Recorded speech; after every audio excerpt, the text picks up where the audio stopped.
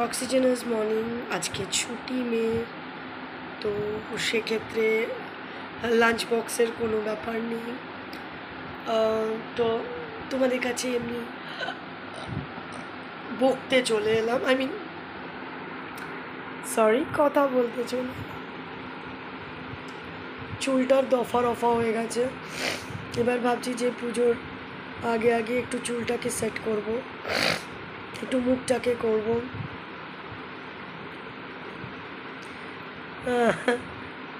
একটা কথা মনে পড়ে গেল, তাই হেসে ফেললাম, সরি। হ্যাঁ, ডিসক্লোজ করা যাবে না, যাই হোক।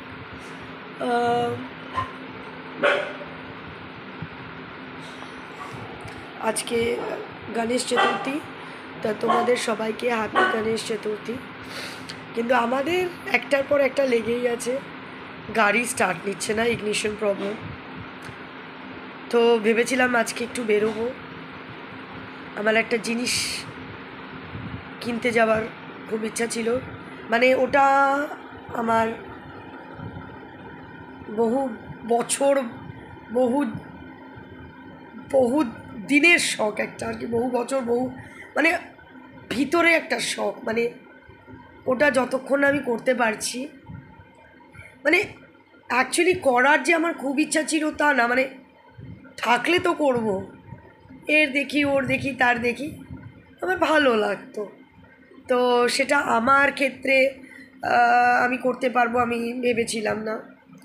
তো যাই হোক, কিন্তু যেতে পারবো না, গাড়ি স্টার্ট নিচ্ছে না। গাড়ি ঠিক না করা পর্যন্ত যাওয়া যাবে না।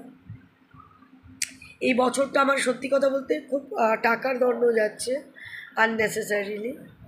তো এনিওয়েজ, টাকার দণ্ড তো আছেই, প্লাস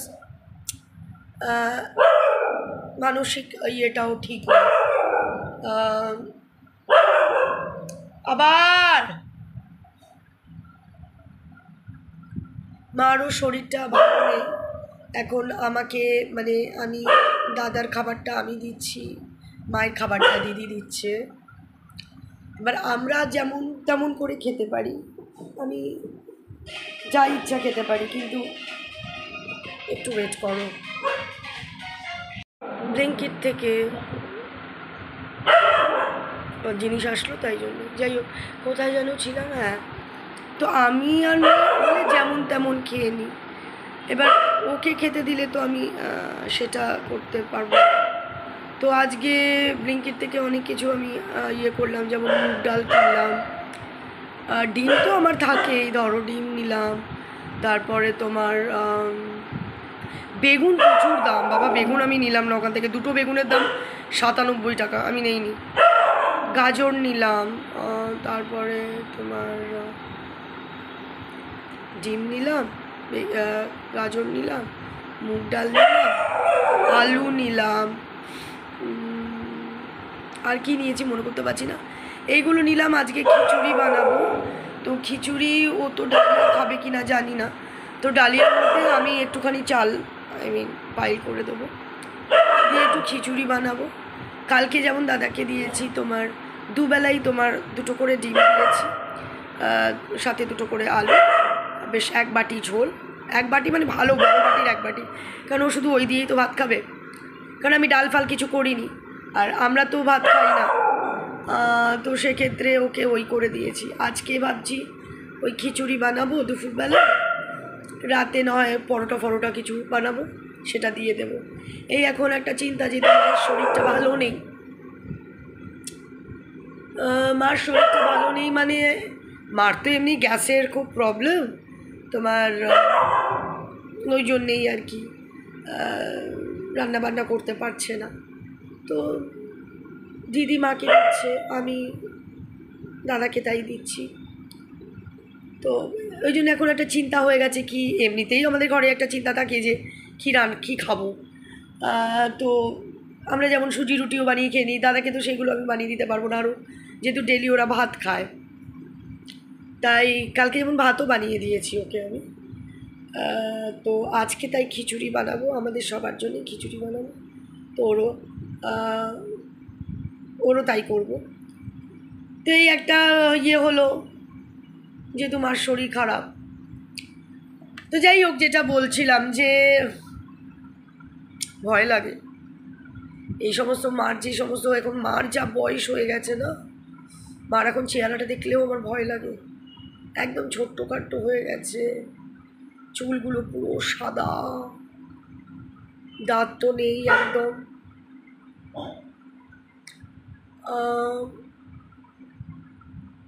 এই দুদিনে যেন মা আরও বেশি, মাকে যেন মা যেন বেশি হয়ে গেছে। মা এমনি মা নিজেই চলাফেরা করা, রান্না বান্না করা, মায়ের কোনো ঘর মোছা সব কিছু মাই করছে। হঠাৎ করে এই দুদিন এতটাই মা অসুস্থ হয়ে পড়লো, বিছানাটা ধরে ফেললো যে উঠতে আর পারছে না। তা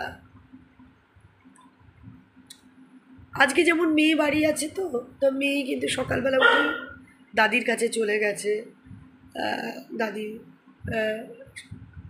কে ওয়াশরুম টশরুম নিয়ে যাবে। অন্যদিন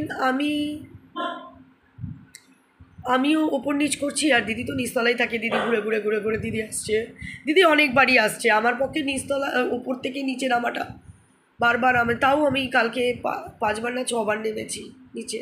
এই ওপর নিচ করতে করতে আমারও মানে শরীর তো মানে আমার তো এমনি একটা শ্বাসকষ্ট আছেই, যে আমি সিঁড়ি দিয়ে না মানে ওপরে উঠতে আমার প্রাণ বেরিয়ে যায়।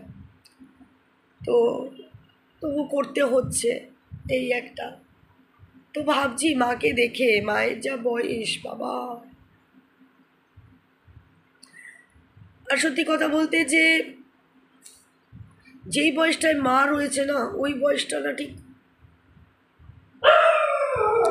এই যে এখন একটা অসহায়ের মতন, মানে কে আসবে মাকে অ্যাটেন্ড করবে, মার বাথরুম পেয়েছে কি মার পটি পেয়েছে কি মাকে চপ,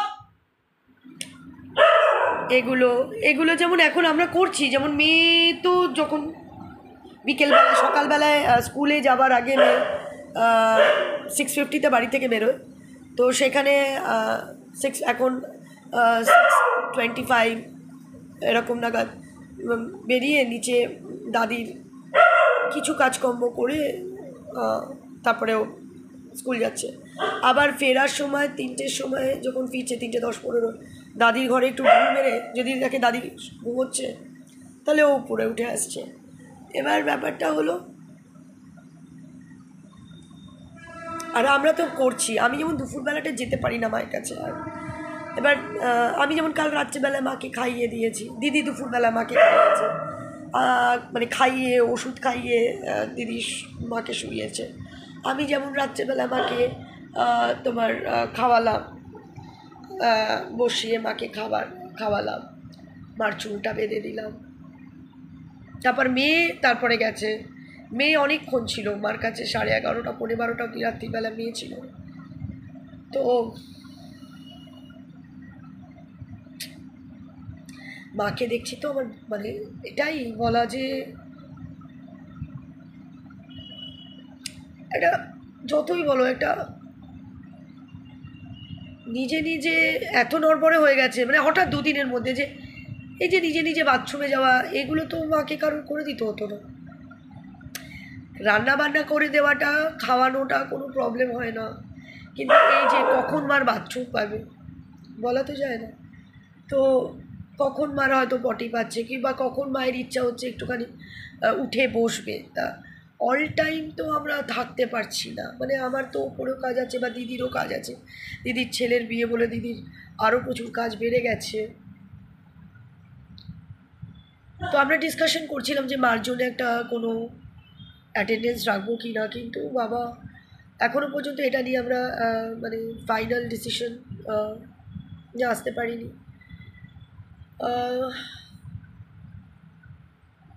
তবে আমার মেয়ে খুবই করছে, যখনই সময় পাচ্ছে যাচ্ছে দাদির কাছে, দাদির অনেকটা কাজ করে দিয়ে আসছে। অনেকটা কাজ মানে কি, এখন তো মায়ের তো কোনো কাজ না, কারণ আমি তো দাদাকে খেতে দিচ্ছি, দিদি মাকে ওই ধরো, আর দাদা ঘরটা মুছে দিচ্ছে, দাদা ছুটি নিয়েছে।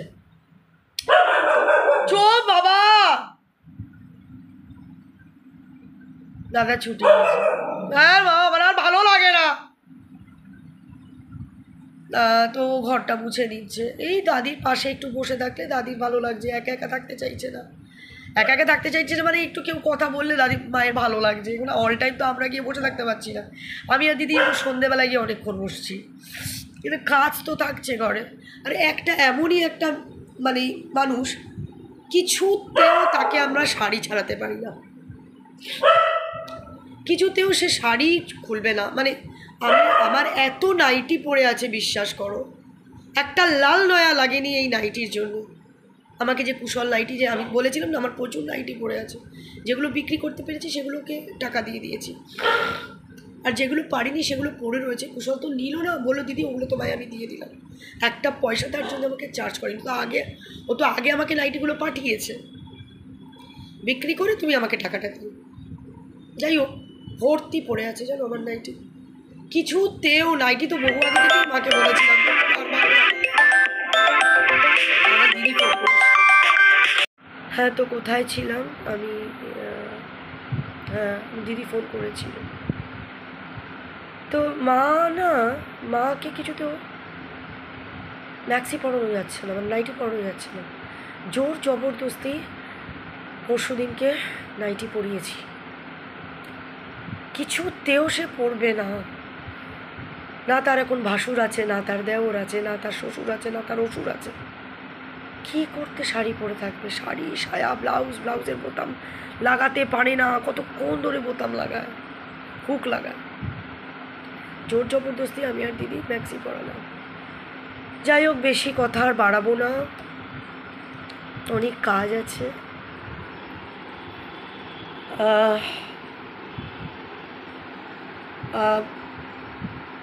ভেবেছিলাম পুজোয় অনেক কিছু ভেবেছিলাম, অনেক কিছু কেনাকাটির কথা ভেবেছিলাম, মার জন্যে কিছু একটা ভেবেছিলাম। এগুলো আর ওই যে বললাম না, ভাবি যে মনস্থির করি যে ভবিষ্যতের কথা ভাববো না, মানে ফিউচার প্ল্যানিং করবো না। অলরেডি একটা ফিউচার প্ল্যানিং করে আমাদের ফিউচার প্ল্যানিংটা ভেস্তে গেছে আমার কুকুর মিস হয়ে যাওয়ার পরে। টোটাল বন্ধ করে দিয়েছি, যে যেটা হবে সেটা দেখা যাবে, এরকম একটা ব্যাপার। সেই দেখো, পুজোর আগে প্ল্যানিং করা শুরু করেছিলাম অনেক কিছু। তো মায়ের যা শরীর খারাপ, তাতে এখন এগুলো সমস্ত বন্ধ থাকবে আমার। না আমার চুল, না আমার মুখ, না আমার সেই শখ, কিচ্ছু না। টোটাল স্টপ এখন মায়ের শরীরের ওপর কনসেন্ট্রেশন। মার জন্য যতটা পারবো অবশ্যই করব। আর তোমরাও হেল্প বলছি, তোমরাও প্রে করো। এখনই বলছি না যে মার কী হয়েছে, কারণ আমরা নিজেরাও জানি না। মার সিটি স্ক্যান ব্রেন দিয়েছে, ওটা করানোর পরে জানতে পারবো। এমনি আরও অনেকগুলো টেস্ট দিয়েছে, সেই টেস্টটা অলরেডি হয়ে গেছে, কিন্তু সেটা রিপোর্ট আসেনি। Urea, potassium, sodium, creatine, lipid profile, তো দেখা যায়। তো চলো, লাভ ইউ অল।